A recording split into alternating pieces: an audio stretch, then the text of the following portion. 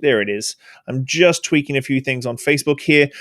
Today's episode is a very, very special one. I've been really looking forward to this one for quite some time. It's with April Wachtel. I'm going to get that wrong like a million times. I can tell you that right now. I'm freaking horrible with names, and I apologize in advance. But April Wachtel, she is the founder and CEO of Cheeky Cocktails, which is really going to be a great story today, and the host, fellow podcaster of the Mover and Shaker podcast. I'm really looking forward to this one because I think that there's going to get some serious insight and raw look into entrepreneurship in the beverage business, which I talk about a lot, but not everybody wants to hear about my voice and my opinions all the time. So it's always nice to have a fellow hospitality entrepreneur on the show that can really give you some insight into the work and passion versus business. Welcome, April. How are you? I'm well. How are you, Shawn? Very, very good. It's a beautiful Tuesday in Victoria, BC. It's sunny out. It's not too cold. It's gorgeous. Amazing. It is frigid here, and I'm sitting in a windowless room. So I was like looking at. I've watched some of your podcast streams before, and I'm like, I've never seen the warehousing behind the boxes and the warehousing behind usually in the podcast.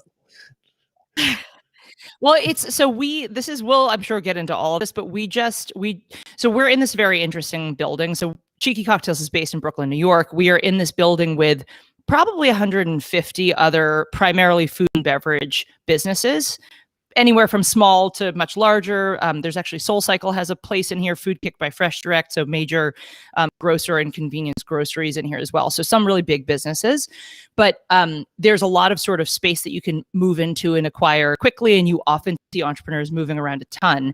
We just consolidated our tiny little studio with a larger fulfillment space that we just acquired, which is where I am right now. So this is the first streaming from this particular location, which is why there's boxes. That's perfect. I feel privileged that I get to check out the new warehouse before anybody else. So I usually start off my podcast. I'm a very big comic book nerd, a huge comic book nerd, actually. And I always like to know people's origin stories because I think sometimes with hospitality entrepreneurship, the social media and the photo shoots and the magazine articles don't usually represent the people that are being featured. So how did you get in the industry? Where did you get your start? And because you've been doing it for almost as long as I have, where did you get your start, and how did you sort of build out your career from the get-go? Yeah, absolutely. So I'm from Vermont. I grew up there, dirt road, oftentimes no shoes, just because, who needs them? And so I started working in food, beverage, and hospitality when I was 13. I was making $3 an hour working at a bed and breakfast. It was like a little horse farm in sort of the backwoods of Vermont. It was really beautiful. Did every job there. My best friend and I were chambermaids. We helped out in the kitchen. We did all sorts of things. I kind of used that and got into other restaurants. I worked in other places in Vermont, and then moved to Boston for school, stayed in the industry, got into bartending, read Danny Meyer's book, Setting, decided, hey, then just, making tips. And then kind of got into craft cocktail world while I was in Boston. So while I was in school there. And then I stayed in the craft cocktail world, founded the Boston Bartenders Collaborative in 2010. And then I moved to New York in 2011, started working for Julie Reiner at Lani Kai, worked for Dave Arnold at Booker and Dax, worked for Bacardi. I was the New York-based brand ambassador for the rum portfolio for a couple of years. And then maybe about 5 years ago, took my first stab at entrepreneurship, founding Swig and Swallow, which was a cocktail batching and delivery service, which last year turned into Cheeky Cocktails, which is a consumer packaged good syrups and juice company. What'd you go to school for? Oh, who the hell cares at this point? Nobody's asked me that in a gazillion years. No, I went for psychology. Then I went back to school for industrial design. Then I went back to school for conflict and dispute resolution. Obviously, ping-pong around, but I would say that the commonality or the common thread between these is understanding and thinking about how people think and how they sort of navigate the world, whether it be, again, mentally or with physical objects. So I learned some really interesting stuff, both in academia as well as obviously in real life. I think that aligns pretty well. Like, it's funny how our origin storyline. I grew up in the country, shoes not till probably I was 17, 18 years old, unless I really had to. And I got a full scholarship off to do psychology in university before I Amazing. the industry. So with all this experience and sort of this thing, where's this entrepreneurial spirit come from? Where does this sort of gut feeling that you have to be working for yourself come when obviously New York, Boston have huge amount of opportunities to work behind bars with great people and stuff like that, obviously working with Bacardi. Where was that point where you were like, you know what, I got to do this by myself. I got to do something myself. And where did that come from? Well, I think it was probably since I was a kid, I didn't exactly feel like I fit into the normal the normal way that the world rewards you. So I didn't fit, like, while I did well in school, I wasn't like a straight A student, didn't love kind of like going by somebody else's rules and checking all the boxes. So I think I've always felt like I needed to make my own path for years and years and years. I do think that there's, as much as we love the spirits industry and as much as one who spent a lot of time in any industry can say there's all these really positive attributes about it, I would say that like innovation within our space, overwhelmingly people classify that as like new spirits brand or like new spirits launch or like new restaurant opening. And for me, I guess I always felt like there's something really special about the way people connect over food and beverage in every culture around the world. And for me, the thing that has kept me in the is really thinking about like how do we better facilitate those connections and how do we help people experience their best moments of connection over food and beverage. And so for me, I was like, I couldn't really find that in any of the jobs that I knew were available, in any of the roles that I knew that I would be qualified for. So brand ambassadorship, trade advocacy, potentially sales, brand marketing. And so I really was like, there's something really resonant and really important here. And I need to just figure out what the right way is for me to be involved in that. And that's kind of, I think, how I landed where I am. I think sales and marketing in our business, like as you said, like new brands, that sort of stuff, it's literally like ticking the boxes. Did we get the coolest venue? Did we invite the right people? And it's just tick, tick, tick, tick, tick. Okay, we had a great launch. There we go. Let's go. So where did the idea for Sweet and Swallow sort of come out of? It was two things. So as I mentioned, I was a brand ambassador, primarily first for Bacardi and then for a smaller brand for about a year after that. And in those experiences, and I'm sure you've had this experience as well, the brand ambassadors were responsible for batch and craft cocktails, but in high volume. And so when you do that, it's like, the spirits are going to be sourced a bunch of different ways. So they might be brought in by the distributor. They might be purchased from the account. They might be brought in by the brand team. You don't know how they're getting to the venue. What you do know is that you've got to source fresh juices. You've got to source, the bar syrups the bar syrups, whether it be a simple syrup, a ginger syrup, those sort of classic preparations. And there was never anybody making them at the volume that we needed them with. So we would have to make the syrups or source cases and cases and cases of citrus and juice that like on the floor of the nightclub. I mean, the whole story, and then batch it all. So that was one piece. The other piece was I was a college instructor for, I think it was 6 years at 5 schools. I always get the two confused.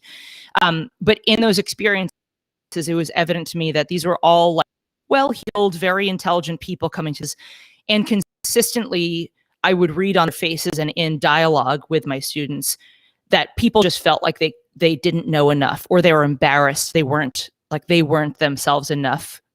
They weren't able to deliver the hospitality to the best of their ability because they were like, oh, I don't know the ingredients, or I'm out of my depth here, or like I just don't know anything about mixology. Sure, maybe I'm like a surgeon, but like I don't know anything about this and I'm embarrassed.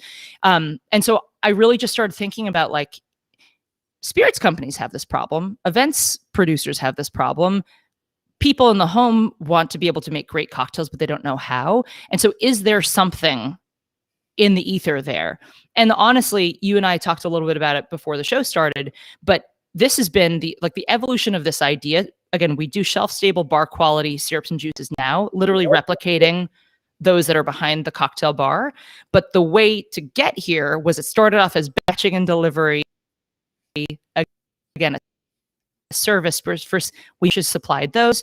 Then it became like a pre-mixed half full bottle. So the mixers were completely mixed, but we left it half empty. So you would just add the spirits to fill up the bottle, complete the drink. Oh yeah, we went through a billion iterations of this to get here. So over like 6 years, I think we've finally gotten to a place where it really resonates. It works with like bartenders and bar professionals are some of our best clients right now, as well as the home consumer who's like, I don't know anything about drinks, but I do know what 100% lime juice is. And I do understand the concept of like mix and match, or like this is coming in a kit and I'll follow the recipes and I'll make something delicious. Do you think there's a fundamental misunderstanding about our cocktail culture being so niche still? Like, I think even in New York and stuff like that, like if you look at saturation points of people who get cocktail culture and they go to bars regularly before COVID, which we'll get into. Do you think there's a fundamental misunderstanding from the bar industry ourselves? Because I always say we get fed this information through our social media channels and we're doing great and there's articles on liquor.com and stuff, but really I always say about 10% of the population actually understands what we do and how we do it. And the other 90%, like I always say, go to a liquor store. It's a humbling experience. Watch what people still buy. Like, regardless of how great the culture is, go to a liquor store. You want the most humbling experience before your shift? Go to a liquor store and watch what people buy. Because I still think there's a fundamental misunderstanding. I don't think we have the same sort of following and understanding as, say, the Food Network shows and cooking in that sort of sphere. Was that were you surprised at the need? Obviously, spirit brands and events and stuff like that. When we do events, we're juicing like cases and cases of limes. Were you surprised at how quickly people adapted it in the home, as well as these events and spirit companies? Well, no, I wasn't that surprised for a couple of reasons. Again, with Swig and Swallow, think about this, like social media, we got traction. We definitely had sales. We definitely had like a lot of repeat customers, but it was always at like a sort of small level. Like I knew that there was something really fundamentally wrong with it. And besides like the just concept requiring education, it was also a refrigerated product. I'll say that because that was on the distribution side a very large challenge, as well as honestly on the supply chain side. So when we launched with Cheeky Cocktail, again, syrups and juices, incorporating what I had learned over 4.5 years or so, decided to launch shelf stable, decided again to keep them separate and just be like 100% lemon, 100% lime, simple syrup, it's sugar and water, ginger syrup, it's ginger juice and sugar, like very basic. The timing of this, again, we actually launched into April of 2020. So literally probably, and again, you are so well skilled in a range of different areas. So I'm sure you've seen some of this, but it went from people not necessarily good in the home to all of a sudden everyone was searching for it. It was like virtual happy hours. Like I need to search for solutions, just search for cocktail kits. And so it literally, we turned ourselves on at the same time as people literally started searching for it. So it wasn't hard because again, the demand just like skyrocketed. But I think to answer your initial question, yes, I think the cocktail world is quite insular.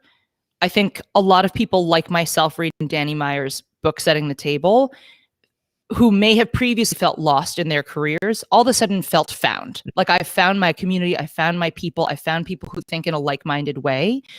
And I think that that's great on one hand, but I do think, just to kind of reframe this a little bit, I think there's a tremendous opportunity for those of us who want to take those learnings and that experience and are excited about bringing those learnings and share knowledge with the greater sort of like consumer, because there's an appetite for this. Again, I think that it's don't be intimidating, be welcoming and sharing and, bringing people in rather than exclusionary. But yes, absolutely. I think again, I think there is a misunderstanding. I think a lot of could capitalize on this were they to want to. So when you kicked off Swig and Swallow and you were sort of going through these iterations, a lot of the times when it comes to entrepreneurship and backing and stuff like that, sometimes you get really stuck in the mind frame. This is how I'm gonna push this sort of style or this packaging or this methodology straight through, and that's how I'm going to do it. How did you stay so fluid? Because it does sound like, I know it's over 5 years, but it does sound like you're like, that's not working, let's change it up. That's not working, let's change it up. How did you go about that? Because I think sometimes we get almost crippled by changing our minds when we're an entrepreneurs, because you sort of don't want to seem like a failure per se, and you don't want to regret making a change and that change not working. So I think we get crippled pretty hard with this sort of change in your mind. And I've always been a big preacher, and it took me a long time to learn that myself. But how did you keep this fluidity to, you know what, and this self-awareness that what you knew wasn't working, let's change up the packaging, which is a big step. It's a lot of tiny little micro pieces to make a macro project. What was the drive for that? Yeah. Well, I think from my perspective, and I'm constantly listening to, watching, reading stories of other entrepreneurs, successful entrepreneurs across industries. To me, one of the signature trademarks of somebody who is a successful entrepreneur or does find success at whatever point in their life is the willingness to listen and incorporate feedback. Of course, like, you may not want to take your doctor's recommendation for, I don't know, marketing. You know, like there's you can qualify, like, is this person an expert? Should I be listening to them? You know, like, you're not taking all of it necessarily, you know, with like the fullest extent. But I think you have to be, like, you are serving an end consumer. And I actually had a conversation with one of my colleagues, Keith, the other day about this, where there's a principle, I guess, in urban design where it's, I forget what he was calling it. I think he called it like dream paths or something like that. But it's a concept where it's like, if you want to lay a road across, or if you want to lay a walking path across a lawn, say at a college campus, you don't put a path there at all. And then you come back a month later and you see kind of which part is most trodden. And then that's where you build it. I personally think that, again, when you look at like minimum viable product, that concept in the tech world, which is like, get out the bare minimum completed product you can in order to get feedback, a tremendous amount of feedback and opportunity and suggestions, and really, again, intelligent adaptations of your product are going to come from not you. So you need to be open to it. And so for me, it was the only reason we held out for as long as is because what I thought was the problem was, I thought because we didn't understand digital marketing, we were not able to get our communications out properly, where fundamentally the problem was a problem with the product. And when I realized that, it was an easy no-brainer of like, okay, we take it apart. There's all these things I want to fix. We do it all at once, pull off that Band-Aid real fast, you know, and get cracking. So, I mean, I think that's my 2 cents. Well, because I think that's the one thing that sort of like struck me was when you go to the About Me page, and I say everybody do this, go to the Cheeky Cocktails and then About Me, you're very raw. You don't sugarcoat it at all. Like, you literally say 2019 was one of the hardest years in business that I've ever had. And this is before, like, we talked about this off camera, like seeing where COVID was taking, where the customer trends were going, like cocktails at home, this sort of stuff. It's very rare that you see an entrepreneur be so transparent and honest in their sort of journey, especially on the website for their product. And I love it because I myself transparent and very honest with everything that I do. It saves me being a stuff salsa, because then I vent it and it's done. So what was the catalyst in 2019 that you sort of, like you said, you pulled it back together and pulled it apart and put it back together? What was that 2019 that you were just like, you know what? There's obviously you're on an edge of like, do I keep going with this? Is this where my passion, my happiness is? Do I see an end goal for this? Do I see a light at the end of the tunnel? Or do I just go, you know what, it was a great run, let's move on? What was the catalyst, that driver that pushed you to go forward and rebrand? Because a rebrand, like in all like marketing and sales terms, if you go to like university, a rebrand is like sometimes a kiss of death. Like, when you go to school, you talk about marketing and sales, like there's one chapter of rebranding, and usually it ends with don't rebrand unless you really, really have to. Yeah. Well, so all right. So a little bit of backstory. So maybe I'll start here. There's gonna be a medium length version of this. So so Swig and Swallow was an HPP cocktail mixer, meaning high pressure pascalization, meaning that the process to ensure food safety was a high pressure process, not pasteurization via heat or light. I mention that because back when this was a cocktail batching and delivery service, I had a non-equity partnership with Cocktail Kingdom Logistics. They were supplying juices and syrups for bar programs, for hotel programs, and for spirits events in New York City. It was a really large operation, all things considered. I mean, they probably had 20 to 30 employees working. I don't remember if it was 5 or 7 days, but anyway, we layered my batching service over that. And at one point they realized, okay, we're going to have to do something to the juice to ensure that it's shelf stable and food safe. So that was where I learned about HPP in the first place. This is a process that is commonly used. In fact, it is the standard for health juices. Harvest coconut water is processed this way, guacamole, certain cured meats, etc. It has been very successful in those categories because it preserves flavor and nutritional content better than any other process out there. However, it's highly unusual in the mixer space. So this created, while we were like, great, it's going to be the best flavor you could possibly have, the problems that it created for us, among other things, were, again, it's only shelf, well, it's not shelf stable. It's only good for 6 months if it's refrigerated and unopened. It's not shelf stable. So it's not even sold in the same places that normal mixers are. Because again, if you look at brick and mortar, mixers are sold in ambient temperature shelves. So those were some of the problems. The other problem is there was a way higher breakage rate with our product than for any other products in the space. And the reason we sucked it up and dealt with it for 4 years was because we were like, we're going to get our own custom bottle when we've got the money for the mold. And we know, again, we've gotten the feedback from customers. And ultimately, in 2019, we just had the highest breakage production run we have ever had. I think it was something about the way the bottles had the shrink sleeves attached that damaged the plastic. So it was a little bit more susceptible to bending. Long story short is, it was just like, you know what, enough is enough. Like, there's all of these things we've said, we're going to change, we're going to change, we're going to change. And now's the time to really step back, get some real perspective, and make a decision about this. Mind you, the other thing that had been gnawing at me for years was the name Swig and Swallow was literally an accident. Like, it was just because I got rejected for for every other name I applied for. And so when I got the name, the legal name, there was no company associated with it. I was like, maybe I'll do consulting. Maybe it's like, it'll have some beverage. So I had been trying to change the name or looking for the right name for years. And I still don't understand. I still don't remember how I came across the name Cheeky Cocktails, but immediately, as soon as it popped into my head, I was like, that's the right name. And so that was the other thing, is I was like, now that we've got I can form an entire brand around that.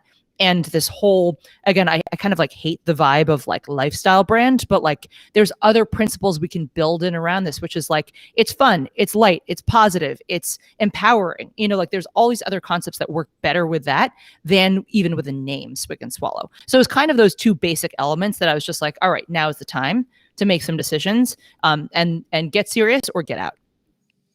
And when you made that decision, how'd you go about it? Like financing, like let's talk a little bit about whatever you can talk about, obviously, for entrepreneurs out there that are sort of trying to either make that leap into the space or make that leap into expansion and scaling. How did you take that about? Because you really have gone 0 to 60 in the last, like, from that April 2020 launch you said with Cheeky. Did you go and get VCs? Did you get partners on board to help you out and sort of guide you a little bit? Or would you have an angel investor? Right. No. No. So this is interesting. Again, part of what I was journeying, again, I'm sure that you've dealt with some of this in your own journey as well, Shawn. But initially, the way I started learning about financing a business was literally like through Shark Tank and through more media around tech businesses. And in tech businesses, it's very common to raise capital pre-product. So you literally have like an idea on the back of a napkin and you're just like, hey, give me $1 gazillion. And they're like, you got it. Like, no questions asked. Right. And again, for those types of businesses where it's just like a few programmers scaling an idea, sure, they can scale really fast. So I thought that was how this whole thing worked. The longer I've done this, the more evident it is to me that that's not primarily how food and beverage businesses scale, nor primarily CPG companies scale. And I had a wonderful business partner for Swig and Swallow, my friend Gates, but we also experienced, a lot of the challenges of really investing a tremendous amount of their life energy in an idea. And so when he and I decided to split ways in 2019, again, still great friends, but when we decided to kind of cut that off, I was like, do I want other people's hands in the business? And at the time, and again, this is something I tell to all of my friends who are considering their own, freelance career, or they're starting their own businesses, is if you can make money based on a service where it's like just your time and energy and no overhead, do that and accumulate your money that way. Because one of my biggest mistakes was when I launched Swig and Swallow, there was almost no overhead. People would book events with me. I would only buy the product to juice and make syrups when I knew the event was booked and when I had their money already.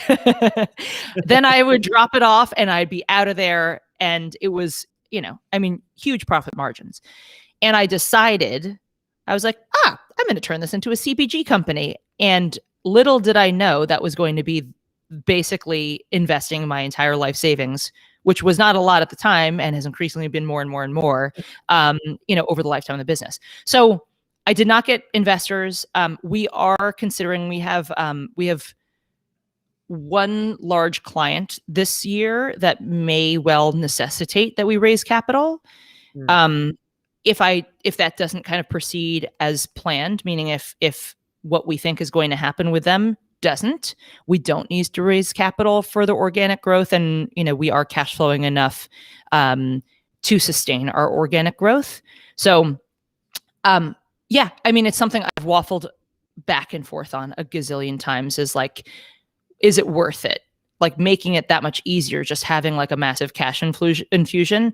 Is this going to be worth it in 5 or 10 years if we have conflict with the investors at some point? Like, is giving autonomy in some capacity worth it? And I think for the right partners, in particular strategic partners, it could be, but it's just a case by case basis, and we just have to kind of wait and see and look at the situation as it arises.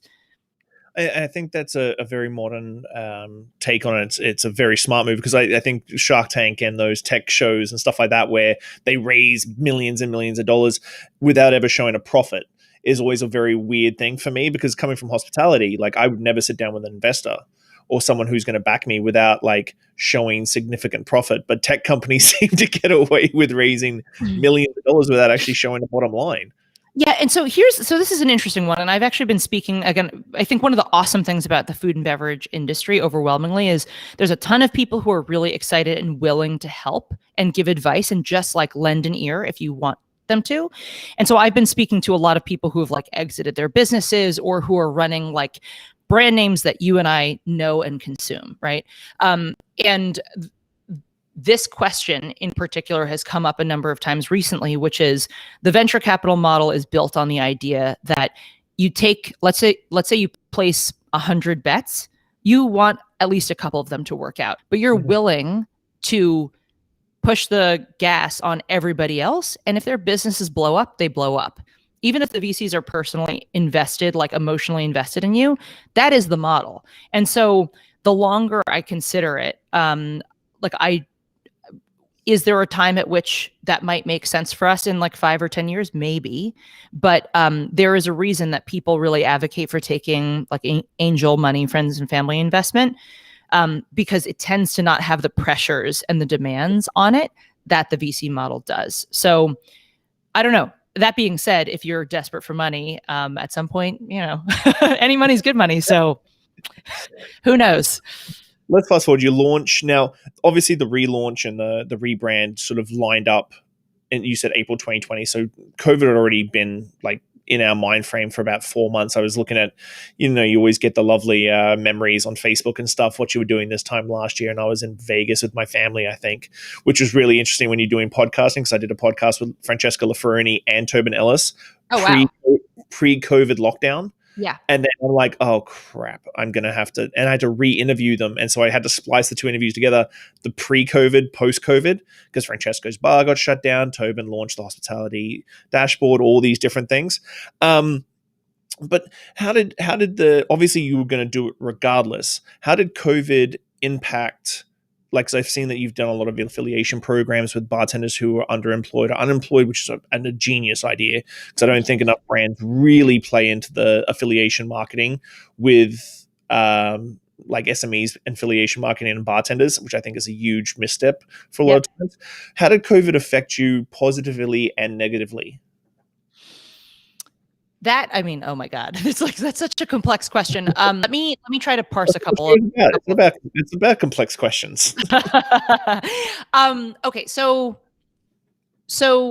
let me see. Positively, as I mentioned, the demand for this thing and the eyeballs on the space, I mean, probably were magnified 1,000-fold. So in that regard, and in terms of press being excited to write about us, all of a sudden these macro trends, which again, I think if I have like a vision flaw, it's that I think things are going to happen sooner than they do. So I've been thinking for years that people would be like, "Doi, like home bartending, like you should be able to be a mixologist in the home." But so that really accelerated this trend, or these trends that we've seen coming for a long time. So that's thing one. I think in terms of negatively affecting us, I mean, we run a business that moves physical product around the country. And for that, you need human. At least at our stage, we're not at like robots control everything, Amazon, So that has been a challenge. I think really being sensitive to, everybody who works for me, like what is reasonable and wise to ask of them in terms of coming in, putting their lives in danger, getting to work. How we manage the physical space when there's people in it. Like until we expanded our space, we just doubled our space, as I mentioned. But until we expanded our space, we literally could fit a maximum of 5 people in our previous space without it being wildly irresponsible, even with masks on and with ventilation coming through. So I think that's a way it's negatively affected us. But there was a quote that I had heard. I believe it was from General Stanley McChrystal, where he said that an aircraft carrier is difficult to turn when it's not moving. And his point was, like, in moments of disruption, that's when everything gets accelerated and people are able to move very quickly. And so you can steer a giant vessel, or you can steer a giant organization or an industry that is slow moving in these moments of great disruption. That's when shit happens. And so I hope I can say that. Swearing, okay. And so for me, I think that on a supply chain end of things got mucked up. But in terms of people being willing to do partnerships, being like spirits companies, being willing to go outside of what they know to be normal and sort of like par for the course, and find people like ourselves and partner up on a range of different initiatives, this all of a sudden was like a really big deal. So overwhelmingly, I like to look at the positive side anyway, but I think that we are very fortunate. And honestly, it's been, despite all the emotional stress around it, I feel like we've affected. So on a lifestyle level, you run your own business, which has blown up over the last 12 months. You do your podcast once a week for Movers and Shakers. No, Movers and Shakers is not so consistent right now, but we're about to do. So we've got the How to Be Cheeky Visual podcast, which we are live streaming every Thursday, and Movers and Shakers is going to be alternated in there, I think, every other week. So we'll have one week and one the other week. So I always have people ask me, like, how do you do everything? Like, how do you constantly like rotate through like 5 companies, 3 partners, keeping everybody happy, that sort of thing? How do you do it? What is your what do you feel is your key to success? Do I feel successful? B, what's the key? Let me see. Well, I think this, honestly, I've a little bit been struggling with this in particular in the last year. So again, since from literally me to having 9 other people working on the business as well. So one is obviously you have to hire amazing people. And so I have like very trustworthy, amazing, very capable, highly intelligent people who are willing to work with me. So that's one thing, is being able to really take a portion of my brain and like implant it in somebody else and hope everything goes right. So that's one piece. But I would say the part that I've been really struggling with is like my preferred schedule on a day-to-day is like, I'm happy to work 6 or 7 days a week. That being said, I don't want to see anyone or talk to anyone before 11 a.m. because I wake up, I work out, I listen to podcasts, I do all my big thinking, I whiteboard stuff out. This is almost every single day.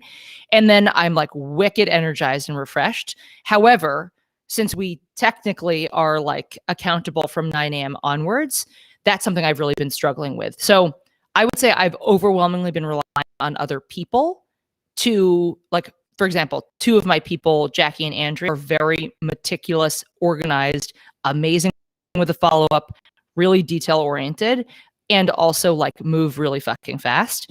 And so for me to be able to say, great, like you're responsible for all of these things, the chatbot, client services, making sure that our social media calendar is on point, being able to outsource some of those things that I'm not so good at to somebody else is like an amazing thing. So I would say probably a combo of the 2. So going forward, we're talking like the next 12 months. I find this last 12 months for me personally, I've put a lot of stuff on my plate because I've got nothing else to do. I'm not traveling. I can't do a lot of educationals. I can't do all these sort of things. So I've put a lot more stuff on my plate because I have the time. I'm in my office. I can do my daily tasting show and all this sort of stuff. Totally. How do you see the next 12 months for you? Like, obviously Cheeky's blown up. You've got the vaccine is coming down the pipeline. Tales of the Cocktails planning in September, and obviously we're going to have shows coming back and these events where they're week-long events, which I love going to them, but it does take a hell of a lot of time. Like, people don't understand, like, it takes you 2 weeks before the event to plan that week while you're away. Yep. Like, all the social media is going to be in play. How do you see, like, how are you going to further balance that? And where do you see Cheeky going in the next 12 months with bars and restaurants reopening, shows coming back? You're going to be doing lots of trade shows at not the niche-y ones that we do, like the big ass restaurant shows in Miami, and like where there's 10,000 people and 15,000 people. How do you see yourself and Cheeky sort of molding and sort of navigating the next 12 months? Yeah. So the first thing I'll say is, pre-COVID, the plan was always to launch, the smallest size would be a 375 milliliter. So right now we have 4-ounce little Boston Round bottles. Again, perfect for the home. But the plan was always to have the smallest size be a 375. So the idea is mix your choice of spirit, your choice of citrus, and your choice. And together, again, your 750 or liter spirits plus 1 bottle each of the citrus and sweet equals 15 to 20 cocktails. So from day one, it was always supposed to be a solution for events. So I still plan on launching the larger format in the second half of this year. We already have a lot of demand for it. We have a lot of repeat customers who are like, okay, now I'm buying in cases, but like, I kind of wish I wasn't wasting 24 little mini bottles. Like, can you just do a bigger bottle? And so one of the main core focuses for me right now is getting our message out as far as we can. I have been mired in operations and legal and insurance and a whole ton of really not fun stuff. So I'm hoping to start being able to reach out to our network and really, again, we're a great solution for people who are trying to build their businesses online. As I mentioned, bartenders, experiential marketing agencies, PR agencies supporting spirits companies, actual spirits companies. There's a lot of really great opportunities for us there. So I want to build and establish the trust and relationships with those folks now. When it's appropriate to launch the larger size, I think it's going to be a great solution. Even if you think about just sampling events at liquor stores for spirits companies, let's just say a certain company is trying to execute, let's just say penicillin cocktails for thousands of events. People in a liquor store don't know how to make that. You don't have like the perfect syrup and 100% juice, not from concentrate, as far as I know, I don't think it's available on the market anywhere in the US. And so if we were able to, again, take our relationships now, build trust, build cadence, build an understanding of like how people work together, and then make that into a bigger and sustainable relationship over time, that is my key goal. In terms of the speed with which we scale, there's a lot of dangerous things that can happen as you scale. And from a manufacturing perspective, we're actually building up our infrastructure internally, as well as we have co-manufacturers that we work with. And that's because, again, I think everybody who deals with supply chain throughout this pandemic has realized is like, you really don't want just one solution. Like, it's really bad if you have only one option. So that's really, I mean, I think that that's probably the biggest thing that I think people like myself should be considering is like, how do you make sure that your product is consistent and fulfills the promise that you're trying to make? And then how do you establish these relationships? Because again, in B2B, business to business, people like doing business with the people that are reliable and that they've had relationships with. So I would say those are my two focuses. I mean, not going out of business would be awesome also. Always a priority. But the two are the ones that I think of the most. Well, this has been fantastic. I don't want to take up too much of your time because I know how busy you are. I want to leave just with one last thing. For young bartenders out there, I think a lot of hospitality people during COVID have taken their time and taken a breath about what their next steps are in their careers and how to diversify. I did a diversifying revenue streams seminar yesterday, and a lot of them have sort of lent into that. Let's do cocktail tutorials, let's do cocktail kits and stuff like that. From an entrepreneur to a young person who feels that there is too many barriers to entry when it comes to the grand scheme of things, what's your best piece of advice for someone who's like, you know what, I really want to do this, but it just looks too hard? Well, I think my question back to that person would be, have you spent the time figuring out what you really love to do? Because like all things, if I didn't love even the really shitty parts of what I do, I would have quit at the beginning. Like, this is way too hard, you know? So I would say if you have not spent the time to really consider, what do I like doing? And then how do my skills work with that, or do they? I think that that's like the really central initial question you have to ask yourself. And if you haven't done that, you really need to start tasting different things, and developing those skills. Like, I think if you're in the mentality of like, I'm going to be open-minded, I'm going to be smart, but I'm going to be open-minded, I'm willing to try new things, I'm willing to put myself out there and potentially look like an idiot. You know, like, I do that all the time. In particular, like with photo recently, I'm like, I go into B&H Photo and I'm like, I have no idea. Like, these people are all like mad professionals. And I'm like, I'm intimidated. But like, you've got to be willing to put yourself out there. And again, start asking people for advice. Find people that you admire, respect their time, like have a few core questions you want to ask them. But ask people like, I admire you so much. How did you get to where you are? Like 2 questions, 3 questions. Just get the answer from them, because those experiences will illuminate for you what might be possible. And I think the more times you hear that, whether it be on a podcast or whether it be speaking to somebody on Zoom or face-to-face, the more of those stories you hear of people who've done it, it's like so inspiring, and it makes it obvious that sure, it's hard, but some of the things that you're throwing in your path or in your way are not as hard as you're making them out to be. So I would start there. Wow.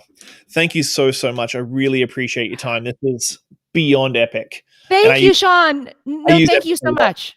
No, that was great to get to know everything about you. No, and same. Thank you so much for having me on. Again, I knew you were a great interviewer, and obviously very like well experienced, with a ton of experience in the industry. But this was like such a pleasure, and I really, really appreciate you inviting me on.